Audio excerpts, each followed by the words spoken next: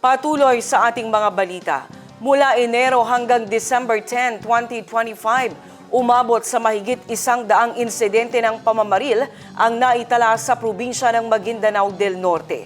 Ito ang inilatag na impormasyon ng PNP sa ginanap na Provincial Peace and Order Council meeting kahapon araw ng Huwebes. Ang News Now sa report. Inilatag ng Provincial Police Office ng Maguindanao del Norte ang mga naitalang shooting incidents sa lalawigan sa ginanap na Provincial Peace and Order Council meeting ngayong araw. Mula Enero hanggang 10 ng Disyembre ngayong taon, umabot sa mahigit 100 ng insidente ng pamamaril sa probinsya. Mula Oktubre hanggang 10 ng Disyembre ngayong taon, umabot naman sa 391.82 grams ng shabu ang nasamsam ng Maguindanao del Norte PPO na may standard drug price na 2,664,580.